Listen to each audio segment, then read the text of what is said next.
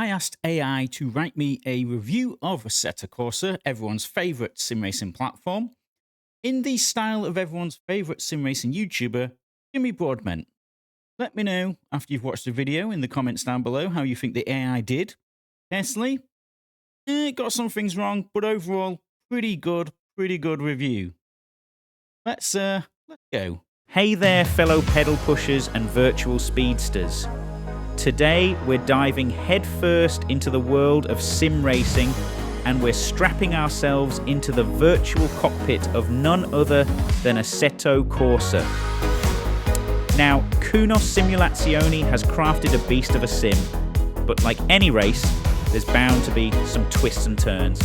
So grab a cuppa, settle in, and let's talk about the highs, the lows, and the sideways action of Assetto Corsa. Alright mates, here we are, ready to dissect Assetto Corsa. It's like that favourite track day car. You know it's going to be a blast, but there might be a few quirks you need to get used to. Strap yourselves in, because we're about to take this review for a spin.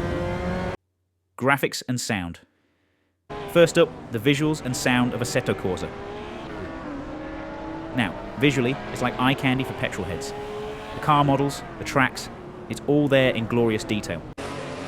But, hold on, not everyone's rig might handle it like a champ. Some folks report a bit of lag on the lower end setups. The number you have called has been disconnected. And when it comes to the soundtrack of screeching tyres and roaring engines, it's good, don't get me wrong, but a bit more variety in the engine notes wouldn't hurt, you know? Realism and physics. Jumping into the nitty-gritty of Assetto Corsa's realism. It's like they've bottled the essence of tyre grip and aerodynamics.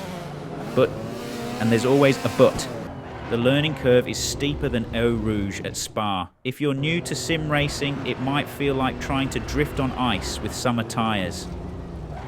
A bit more hand-holding in the tutorial department wouldn't hurt for the rookies among us.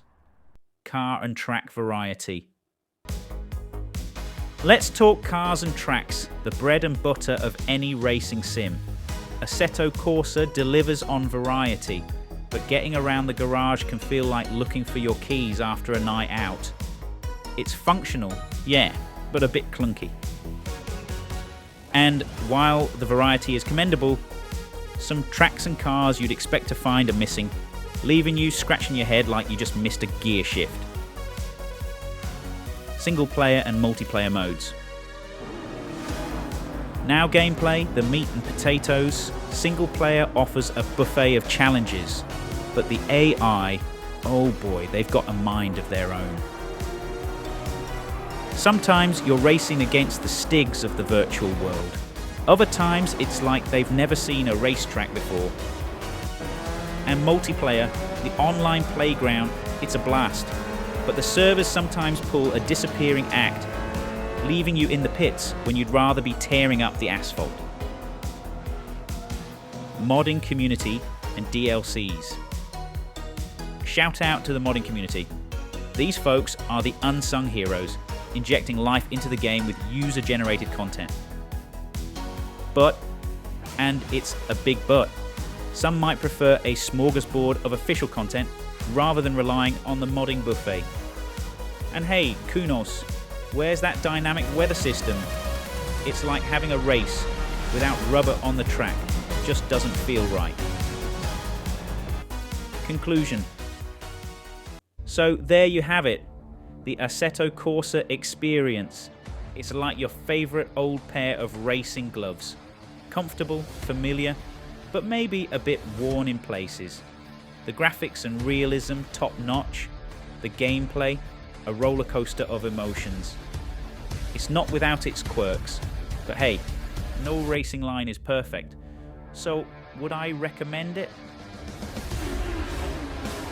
Absolutely, especially if you're the kind of racer who enjoys a bit of challenge with your virtual track time. Buckle up, get out there, and may your lap times be ever in your favour. Catch you on the next corner.